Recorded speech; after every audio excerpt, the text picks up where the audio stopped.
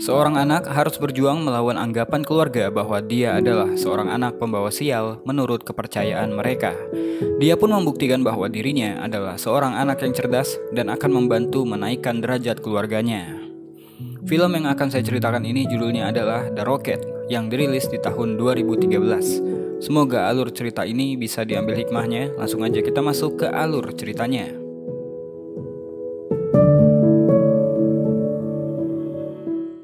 Film ini dimulai dari seorang wanita bernama Mali sedang akan melakukan persalinan anak pertamanya. Karena Mali tinggal di pedalaman negara Laos, persalinannya itu dilakukan di rumah dengan adat kampung yang dibantu oleh ibu mertuanya yang bernama Taitok.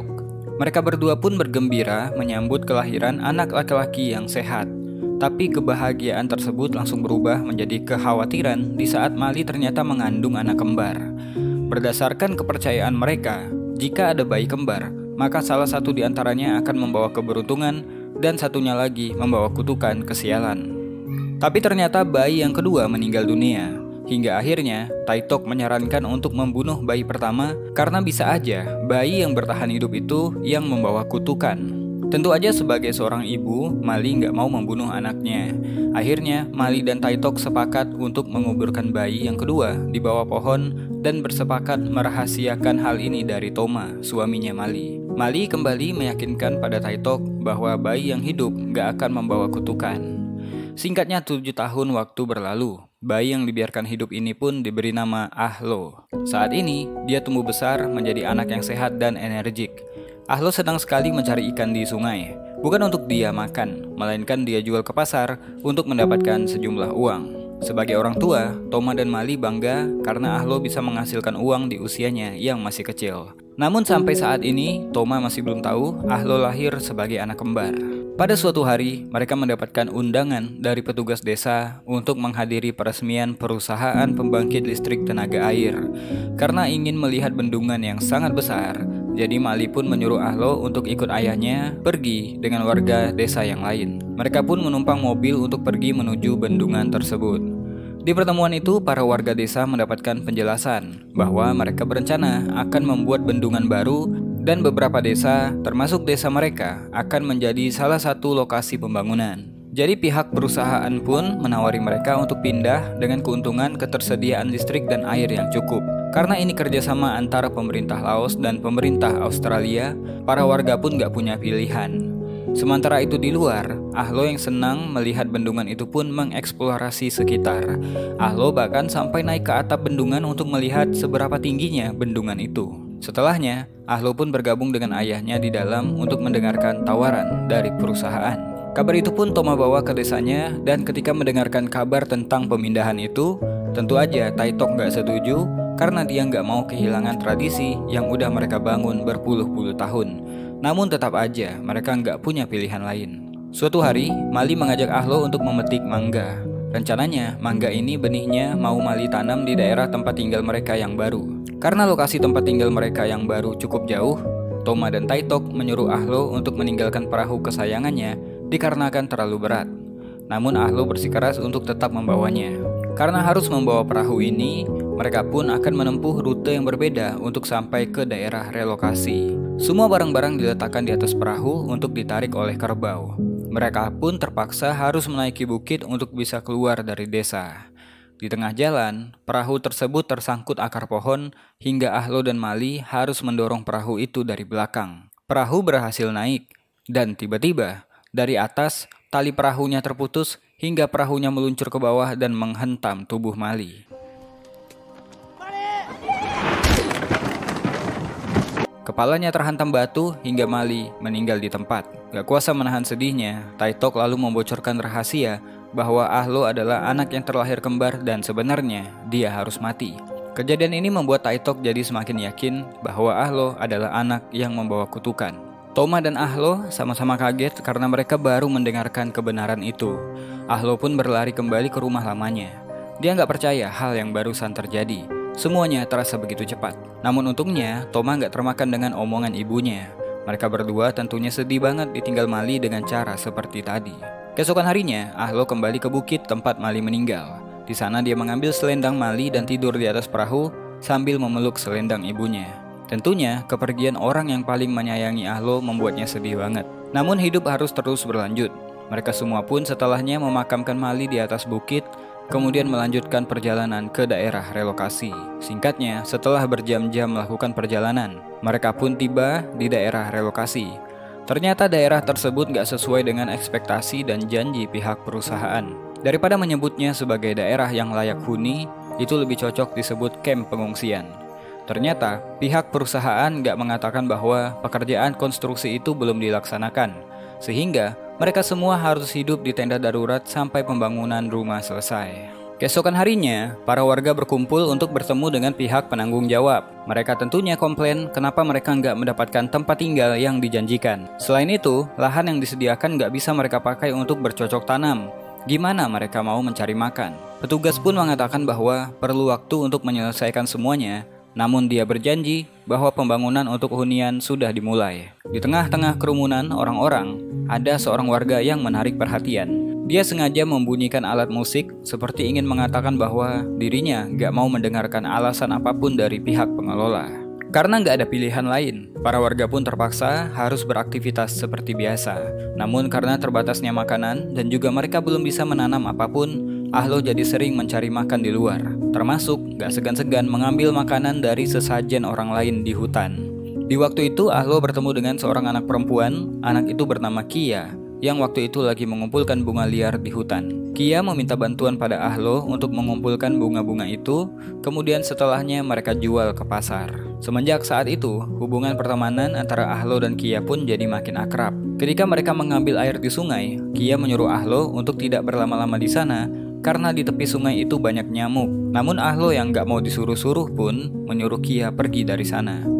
Keesokan paginya, ketika mereka sedang mengantri untuk mengambil air bersih, Ahlo mendapatkan cerita bahwa seluruh keluarga Kia meninggal dunia akibat malaria. Ahlo pun sadar bahwa sikap Kia yang kemarin ternyata adalah bentuk kepedulian padanya. Jadi pada kesempatan itu, Ahlo mengajar Kia ke rumahnya yang belum jadi untuk meminta maaf. Di sanalah Ahlo bertemu dengan seorang pria yang bernama Paman Purple. Dia dipanggil Purple karena suka menggunakan jas berwarna ungu. Purple adalah pamannya Kia.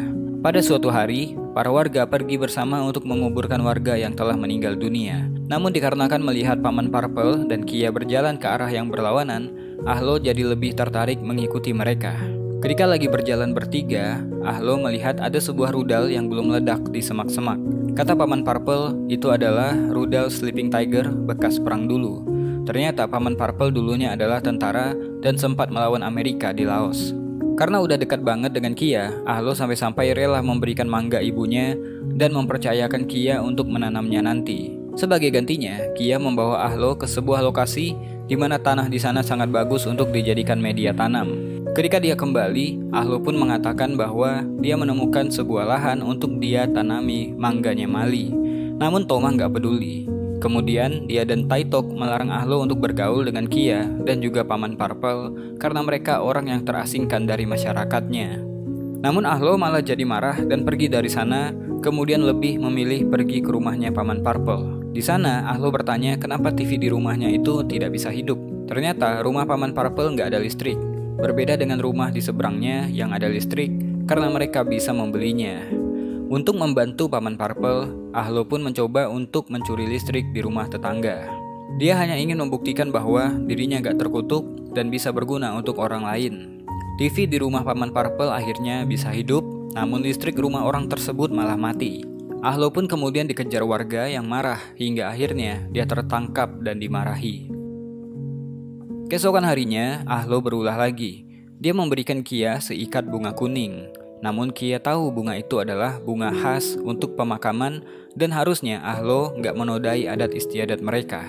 Ahlo mengatakan dia nggak peduli dengan adat apapun. Sebenarnya Ahlo masih marah karena kepercayaan anak kembar yang dipercayai oleh keluarganya. Tapi karena Kia, Ahlo tetap mengembalikan bunga itu ke tempatnya. Namun ketika itu dia malah disergap warga karena makanan sesajen yang sering hilang. Ahlo pun panik sampai dia menjatuhkan rumah sesajen yang ada di sana hingga api lilin membuatnya terbakar. Warga marah lalu mendatangi tenda tempat Ahlo tinggal dan membakar tempat tinggalnya dikarenakan Ahlo nggak ada di sana. Taitok pun kembali mengompori Toma bahwa kayaknya memang benar Ahlo cuma mendatangkan kesialan di hidup mereka. Ahlo lalu pergi bersembunyi ke rumah Paman Purple.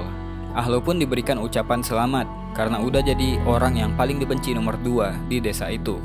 Tapi walaupun tempat tinggalnya udah diobrak-abrik warga, Ahlo tetap dicari hingga malam hari. Karena nggak mau membahayakan Ahlo, Paman Purple menawarkan pada Toma dan Taitok untuk pindah saja dari sana. Paman Purple mengatakan orang-orang ini nggak akan segan-segan membahayakan diri mereka. Supaya mereka bisa lolos dari sana, mereka pun bersembunyi di kendaraan pengangkut rudal-rudal bekas perang karena cuma ini satu-satunya kendaraan yang nggak akan diperiksa oleh warga. Di dalam sana, Ahlo pun menyindir sang nenek bahwa ini adalah tempat yang buruk untuk anak yang dianggap sial seperti dirinya.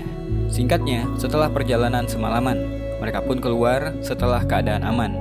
Mereka tiba di sebuah desa lain, lumayan jauh dari desanya yang dulu. Dengan membayar sejumlah uang, mereka pun naik gerobak motor hingga singkatnya mereka pun sampai di sebuah pemukiman, tempat tinggalnya Paman Purple yang lama.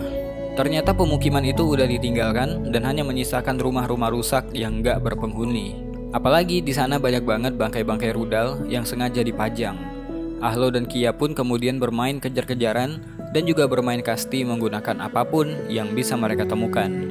Pada waktu itu, Kia melempar sesuatu untuk Ahlo pukul. Namun Paman Purple segera menangkap benda itu, lalu menjambak rambutnya Kia untuk pergi menjauh. Ahlo pikir Paman Purple jahat pada Kia, tapi nyatanya benda yang tadi Kia ingin lemparkan ternyata sebuah bom granat.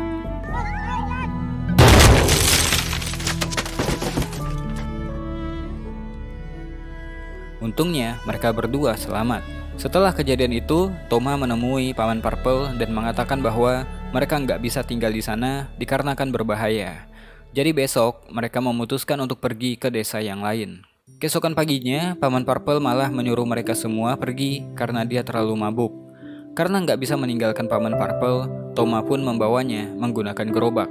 Setelah lama berjalan, mereka pun sampai di sebuah desa di mana di sana ada banyak orang melakukan pawai karena ada roket festival dengan hadiah yang besar yang akan mereka selenggarakan. Ahlo ingin melihatnya, namun Toma menyuruh mereka melanjutkan perjalanan.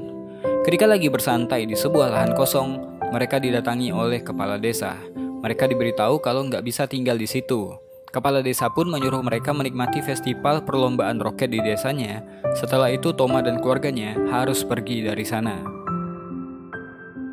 Taitok kemudian menyuruh Kia dan Ahlo ke pasar membeli beras untuk mereka makan. Namun, bukannya langsung membeli beras, mereka malah pergi ke festival di mana di sana banyak banget permainan. Selain itu, Ahlo juga memperhatikan dan bertanya pada orang-orang tentang cara membuat roket.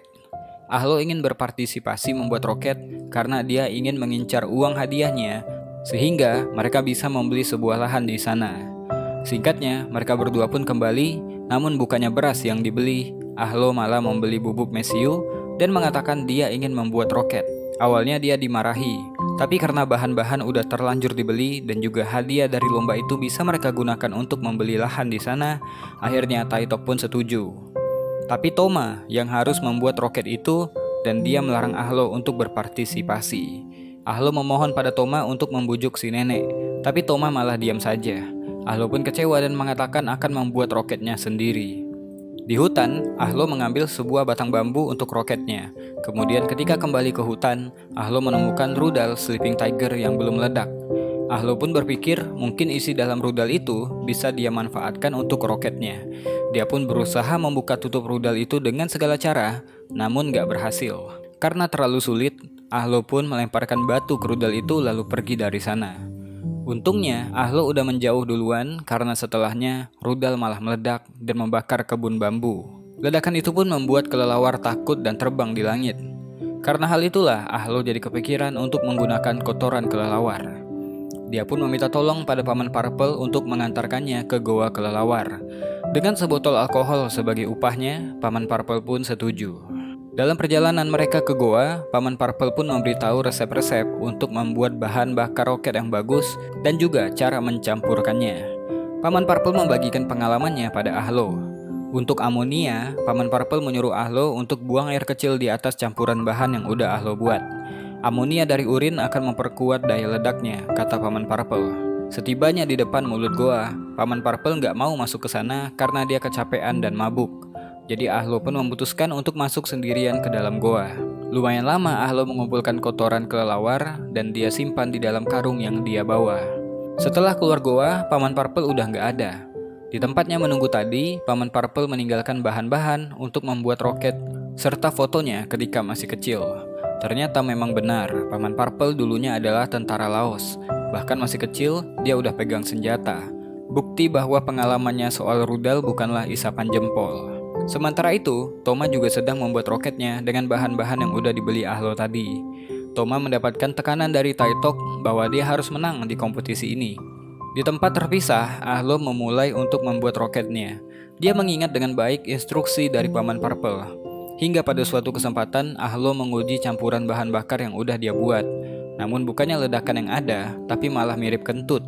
Hingga Ahlo pun harus merombak komposisi campuran yang udah dia buat. Singkatnya, kompetisi pun dimulai keesokan harinya. Semua orang udah berkumpul di arena pertandingan. Roket-roket para peserta pun mulai diterbangkan. Pertandingan roket ini adalah sebuah ritual tahunan untuk memanggil hujan. Diharapkan, ledakan roket di atas awan bisa menarik perhatian dewa hingga dewa menurunkan hujan untuk mereka. Jadi roket yang pantas menjadi juara adalah roket yang terbangnya paling tinggi. Gak semua roket terbang dengan mulus, ada yang meledak sebelum terbang tinggi, bahkan ada juga yang meledak mengenai pemiliknya. Melihat hal itu, Taitok pun khawatir dengan keselamatan anaknya. Namun Toma mengatakan dia yakin dengan roket yang dia buat. Saat giliran Toma menerbangkan roketnya, harap-harap cemas pun dirasakan. Sebenarnya, roket yang dibuat Toma udah bagus. Namun dia terlalu cepat melepaskan roketnya sebelum roketnya punya power yang cukup untuk lepas landas. Akhirnya, roketnya malah terbang ke samping, bukan ke atas. Toma pun diceburkan ke dalam lumpur karena gagal menerbangkan roketnya dengan benar. Sementara itu, Kia mencari-cari Ahlo yang belum juga hadir di sana. Ahlo di tempat yang sama masih berkutat dengan campuran roketnya. Dia bahkan gak lupa untuk mengencingi campurannya supaya efek ledakannya jadi kuat. Kali ini Ahlo yakin bahwa roketnya telah siap. Kembali ke arena, juara tahun lalu pun mendapatkan giliran terakhir untuk menerbangkan roket mereka. Roket yang besar hingga butuh beberapa orang menaikkannya di landasan. Ketika roket itu diluncurkan, orang-orang minggir semua karena asap yang dihasilkan begitu banyak dan roket dengan kecepatan tinggi melaju menembus awan. Orang-orang yakin sang juara bertahan akan kembali memenangkan kompetisi tahun ini. Sampai akhirnya Ahlo pun datang membawa roketnya. Roket yang dia namakan The Bat atau kelelawar. Namun kepala desa yang jadi juri mengatakan peraturannya anak kecil tidak boleh menerbangkan roket itu di landasan karena terlalu berbahaya. Ahlo pun dilarang untuk menerbangkan roketnya. Orang-orang malah mentertawakan Ahlo karena Ahlo yang keras kepala. Dengan mata yang berkaca-kaca, Ahlo meminta salah satu pria dewasa di antara orang-orang yang hadir untuk membantu menerbangkan roket buatannya. Namun gak ada yang mau, termasuklah Toma ayahnya. Ahlo pun sedih dan meninggalkan arena. Dia marah semarah-marahnya. Gak lama setelahnya, Kia pun menyusul Ahlo dan mengabari kalau Toma ayahnya akan menerbangkan roket itu untuknya. Mendengarkan hal itu, Ahlo jadi khawatir roket itu malah mencelakakan ayahnya. Ketika kembali ke sana, Ahlo berteriak pada Toma untuk tidak melakukannya, tapi udah telat. Toma udah membakar sumbunya. Toma yang punya pengalaman dengan roket buatannya tadi pun jadi tahu kapan harus melepaskan roket Ahlo tepat pada waktunya. Roket Ahlo pun meluncur menembus awan dan gak terlihat lagi oleh mata.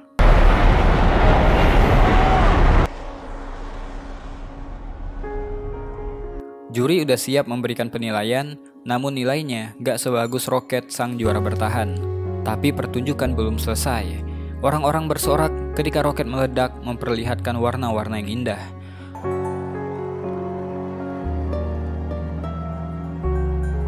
Selanjutnya butiran-butiran hujan pun turun membasahi bumi. Orang-orang pun merayakan hujan yang turun dengan lebatnya. Sebuah penampilan penutup yang hebat. Kepala desa pun menemui Toma dan keluarganya. Dia mengatakan roketnya Ahlo terbang tinggi hingga dewa pun tertarik dan mengencingi bumi. Dia mengatakan keluarganya Ahlo membawa keberuntungan dan mempersilahkan mereka tinggal di ladang. Dia juga memberikan uang hadiah pada Ahlo, tanda bahwa Ahlo berhasil memenangkan pertandingan ini. Taitok juga ikut memuji cucunya itu. Mungkin itu adalah pujian pertama yang Ahlo dengar dari sang nenek. Keberhasilan Ahlo dan juga hujan di siang itu seakan-akan melunturkan anggapan bahwa Ahlo adalah anak pembawa sial. Paman Purple pun melihat keberhasilan Ahlo dari kejauhan. Paman Purple menitipkan Kia pada Ahlo dan memutuskan untuk pergi karena dia merasa Kia akan jauh lebih terurus jika bersama Ahlo dan keluarganya. Ketika itu, Kia memberikan hadiah pada Ahlo. Mangga ibunya itu kini udah bertunas dan siap untuk ditanami di lahan mereka. Hari itu mereka semua pun bahagia. Film pun selesai. Kita mungkin bisa belajar dari Ahlo. Ketika Ahlo benar-benar gak peduli dengan apa yang orang pikirkan tentang dirinya, Ahlo udah mencapai tingkat kebebasan yang sangat luar biasa, yang secara gak langsung membantunya menghancurkan mental block di dalam dirinya sendiri. Gak ada anak manusia yang dilahirkan sebagai pembawa sial. Yakinlah, Tuhan mengizinkan kita untuk ada di dunia ini karena kita akan membawa berkat dan sukacita bagi orang-orang di sekeliling kita. Gak ada manusia yang ditakdirkan menjadi pembawa sial. Semua baik adanya ketika Tuhan menciptakan kita. Tinggal bagaimana kita sebagai manusia menjalankan peran kita dan berjuang untuk menjadi manusia yang baik. Mungkin itu aja buat video kali ini. Saya Besa Putra. To be continue. Jangan bosan jadi orang baik.